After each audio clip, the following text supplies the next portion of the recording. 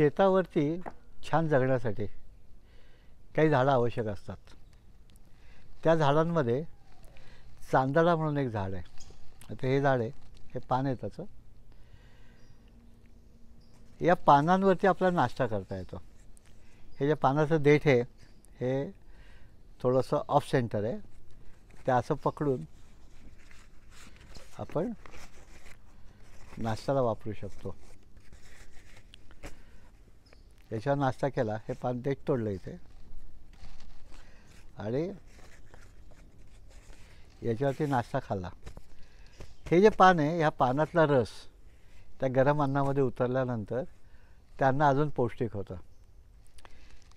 बरं, हे जे पान आहे नंतर टाकून दिलं, त्याचं खत झालं. साफ करायला लागलं नाही, धुवायला लागलं नाही, पाणी लागलं नाही, अस्वच्छता झाली नाही, सहजपणे उपलब्ध झालं. आता हे जे चांदडा आहे, हे चांदडा थोडं सावलीमध्ये, उन्हामध्ये असं सगळे येतं.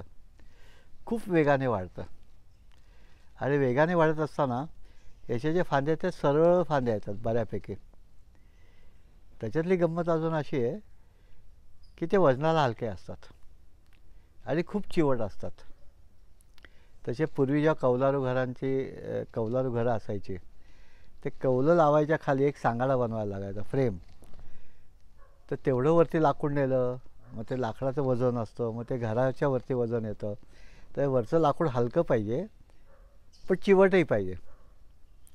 तर त्या दृष्टिकोनातून चांदडा हे खूप महत्त्वाचं झाड समजलं जायचं की कौलाचा पिंजरा त्या लाकडातनं होणार, भरभर वाढते, त्याचे संपलं तर परत आणता येईल. पानांचा वापर नाश्त्याला करता येईल, थोडी सावली होईल. असं बहुउपयोगी झाड आपण आपल्या शेताच्या चारी बाजूला लावलं तर आपल्याला लाकूडही मिळेल, नाश्ता जेवायला पानंही होतील, जमिनीचं संधारणही होईल, सावलीही मिळेल, टेम्परेचरही कंट्रोल करता येईल आणि आपल्या अनेक गरजा भागवता येतील. हे चांदडाचे झाड आहे, त्याला बिया आपल्याकडे सहज येतात आणि बिया पडून रोपंही सहज होतात. अनेक बिया सगळे पक्षी घेऊन जातात, पडतात, तशी रोपं येतात की आपण त्या बिया गोळा करून पिशवीत रोपं करून त्याची पहिल्या पावसाला जर आपण लागवड केली तर त्याला नंतर पाणी घालायला लागत नाही. सिंचन केलं तर खूपच छान, म्हणजे अजून गती वाढते झाडाची आणि जास्त मटेरियल मिळतं. ह्याचा फायदा असा आहे की ह्याची खूप सावली पडत नाही, तर छाटणी केली की जागा रिकामी होते आणि छाटणी केल्यामुळे त्याला अजून फांद्या येतात. मग त्या फांद्या सगळ्या साधारणपणे खोडाला किंवा शेंड्याला 60 अंशामध्ये येतात, अशा सरळ. आणि मग शेंडा तुटला की एकाच्या ऐवजी 5-6 फांद्या येतात आणि सगळ्या आपल्या मनगटाच्या आकाराच्या, दंडाच्या आकाराच्या, आपल्याला पायाच्या आकाराची फांदी करून तेवढी फांदी झाली की आपण छाटणी केली की परत खालनं फुटतं.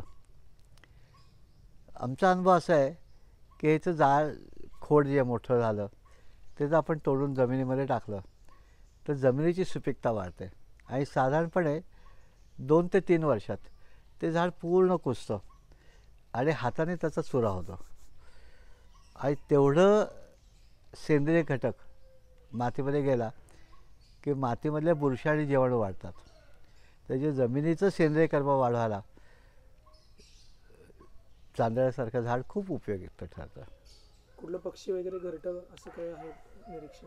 घरटं साधारण त्या झाडावर कुठले येतं तसं? इथे कीटक काही विशेष दिसले नाहीत आणि पक्षी घर करायचे आणि आपण ते छाटतो, कारण त्याला पानोळा जो असतो तो वरती असतो आणि त्याचं सगळं खोड असतं आणि फांद्या असतात त्या रिकाम्या असतात, म्हणजे तिथे पक्ष्यांना लपण्यासारखी जागा नसते आणि फांद्या अशा सरळ येतात. त्यांना अशा आंब्यासारख्या फांद्या येत नाहीत, त्याचे त्या फांदीवर बसल्या असं होत नाही.